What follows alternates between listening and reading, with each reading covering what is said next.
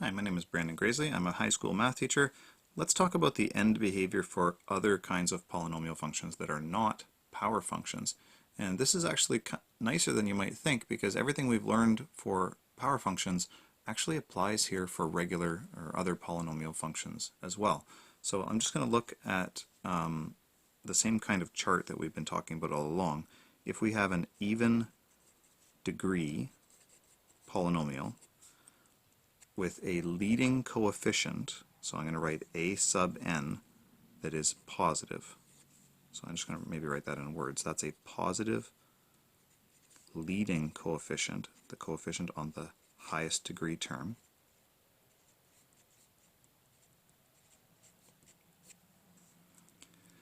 Then no matter what the curve does kind of in the middle of the graph, we end up with that same end behavior that we had before.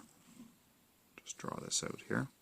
So I'm going to make up a curve that fits this, that's this sort of style. Let me just grab a color here. So it might do some crazy stuff in the middle,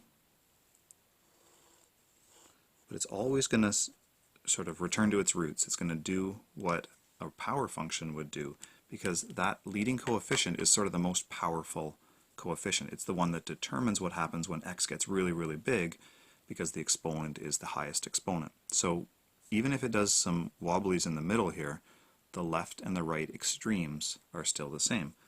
So as x goes to positive infinity, the function, we'll call it f of x, also goes to positive infinity. And as x goes to negative infinity, f of x goes to positive infinity, up both times. And let me just write that down again. That means that we go into quadrant 1 and quadrant 2 in the extremes. Okay, I'm going to keep going. I'm going to draw some more of these out, and you can do the same. If we have an even degree, a negative leading coefficient,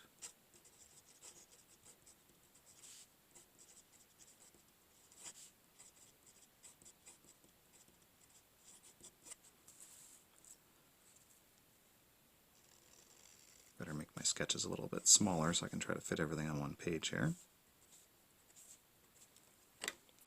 So negative leading coefficient is going to flip this sort of graph over. That means it's going to start down here in quadrant 3, maybe do something like this, but it's going to end up down here in quadrant 4. As x goes to positive infinity, that's to the right, the function goes to negative infinity, down. As we go to the left, the function goes down again. So this one is the quadrant 4 description, IV for 4, and this is the quadrant 3 description. I've been writing the positive first and the negative second, but it doesn't matter. You can write them in either order, as long as you're clear.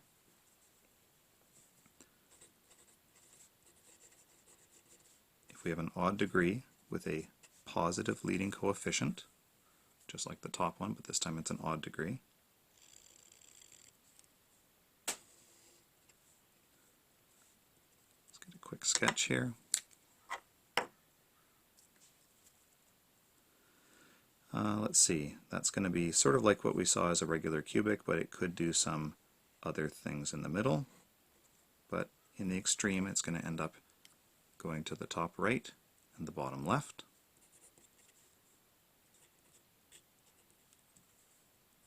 So as we go to the right, the function goes up, and as we go left, the function goes down.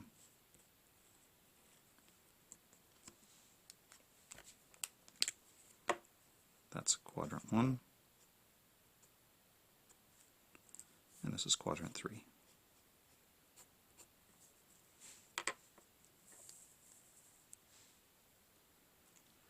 Alright, and the final one then is the odd degree polynomial function, where we have a negative leading coefficient.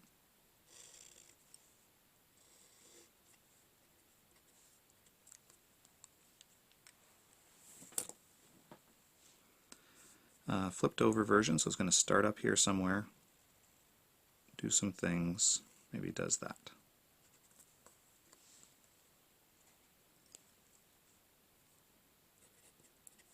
As x goes to the extreme right, that's over here, the function drops to negative infinity. And as x goes to the extreme left, the function is going upwards into the positive range, positive infinity. So this is the quadrant 4 description, and this is the quadrant 2 description. Okay, so that's the end behavior for every polynomial, whether it's a power function or not. As long as you can tell the degree by looking at the highest degree term and by looking at the leading coefficient, you'll be able to tell where the function ends up. It doesn't tell you anything about what happens in the middle, but it tells you where it ends up at the extreme left and the extreme right. Okay, let's take a few minutes to sketch some possible polynomial functions. What can a polynomial function do? What can it look like? And I'm going to start off with the degree 0 polynomial. That would be something like f of x equals 7 or f of x equals negative 2. Those are called that's called the constant function.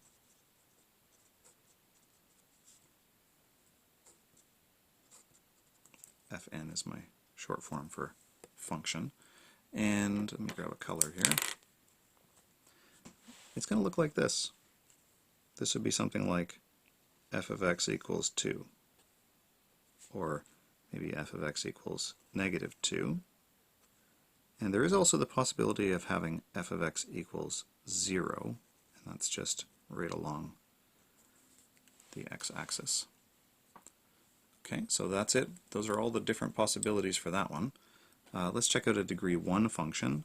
That would be something that is linear. Maybe I'll just write an example off to the side here for each of these. F of x equals 2 is an example. Here, linear is something like f of x equals negative 1/2 x. And it could have a plus 5, let's say, something like that. So a linear function can go up and down like this, so that one, or it could be through the origin perhaps, like that. And there really aren't a whole lot of possibilities for this one. You can't draw a horizontal line because that's at degree 0, and you can't draw a vertical line, that's not a function. But it could be real gradual, maybe something like this. Let's take a look at degree 2. So this we call a quadratic function. It makes a parabola. It's not a parabolic function though. Quadratic function. For example, you could have something like f of x equals 2x squared minus 5x plus 1. And we have a few variations. I don't even know if I have enough room to put them all here, but we could have something that opens upwards like this. Maybe it doesn't touch the x-axis. Maybe something that opens downwards that does, like that. Or maybe it just touches the x-axis in one spot. The vertex is on the x-axis. Those are all possibilities that you can have, but they always look like that. They always have a little curve to them, like that, a U shape or a cap shape. Cap or cup, we sometimes say. Degree 3, these are called cubic functions. You might have something like f of x equals negative 2x cubed minus 5x plus 7. And let's see, we could have something that does this, right there. It could go right through the origin like we've been talking about. Could be upside down, so start upside down, meaning it starts up here. Could be something like that. And you know what I didn't show? I'm just going to grab another color and show a different one. It could have a real significant wobble to it, like it could go like this. Sorry, I should have listed that as one of my options here. They don't have to just sort of curve up and down only. They can have a real significant bump in them. And degree 4, these are called quartic. And they all have names even after you go past this, like degree 5 is quintic and so on. A quartic function might look like this: 4x to the 4th plus 3x squared, I don't know, minus 1, let's say. And these functions, they always, similar to the parabola, they always start at the top and end at the top, or start at the bottom and end at the bottom, because they're even degree. But they can have wobbles in them too. But they can't have tons of wobbles, only one extra wobble. I'm going to talk about this in just a moment. They can also do this kind of thing. They don't have to have wobbles in them, but they can. And the wobbles don't have to look the same, so they could do something like that, where they're different heights. So let's just recap over this whole thing then. In the degree 0 ones, up at the top here, those are totally horizontal lines. Very simple. Degree 1, they're not horizontal, they're on a diagonal, but they have no wobbles to them, they're straight lines. There's one wobble in a degree 2, it changes direction once. It was up here, it's kind of moving downwards, decreasing we say, and then it's changing direction and moving up. A degree 3, it can continue in the same direction the way I did here, but that's why I wanted to show you this other one. It can change direction up to twice. So it was moving this way, changes direction to move downwards, and then changes direction again to move upwards. So that's the most it can do. It can't have more wobbles than that. And the degree 4 one can change direction 3 times. Coming downwards, there's a change there, upwards, downwards, upwards. So each of these local maxima or minima, that's the plural, maximum and minimum points, each of those is a direction change. And so you can have up to 3 of those in a degree 4. You can have 2 in a degree 3, 1 in a degree 2. And so you can see the pattern there. If I went to a degree 10, it could have 9 direction changes, 9 wobbles like that inside of it. It doesn't have to though. So this one here is also a quartic. That's not a horizontal line, even though it's still a curve. And so instead of having some wobbles in the middle there, this one has been sort of smoothed out. And we're going to learn how that works by looking at the function's equation. We're going to be able to figure out when does it look like this and when does it look like this.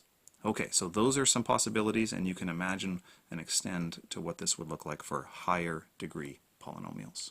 We're going to learn about the characteristics of polynomial functions by looking at one of the graphs that I've drawn here. So this is a polynomial function.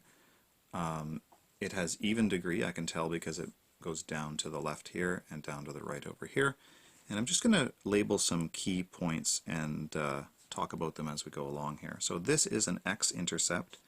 It's also called a zero or a root.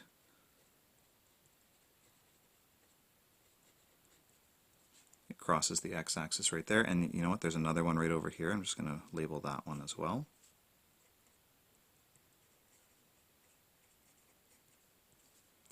Alright, and the other point similar to that is the y-intercept. There's one up here.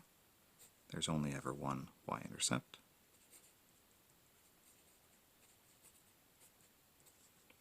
Okay, so let's keep going. What else can we say about this? Well, oh, sorry, I missed one. There's another x-intercept right there. There we go. How about this point right here? Now, if you've learned about quadratics before, you'll know that they have what's called a vertex. They look kind of like that, except this one seems to have like lots of different vertices. Well, they're not called a vertex in general, only for that particular example.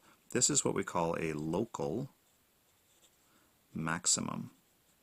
It means in this area, in this region here, it's the highest point. And this one down here is a local minimum. It's also an x-intercept. In this region of the graph, it's the lowest point. Here, this is a local maximum, but it's also what we call a global maximum. It is the highest point anywhere on this graph. Nowhere else is there a point that is further up than this. A graph can have more than one global maximum if it achieves the same point twice, the same y value twice that is the highest y value. This one just has one global maximum, but we also say that it's a local maximum because if you just look in this region right here, it's the highest point. When I come down to this one here, it sort of looks like it kind of changes direction and then flips down again. This is not a maximum or minimum point because there are higher points to the left and there are lower points to the right. But here we have a local minimum.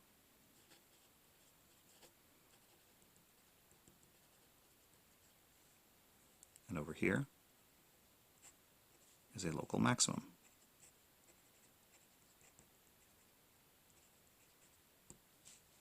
And those are the characteristics for polynomial functions that we're going to need to be able to talk about.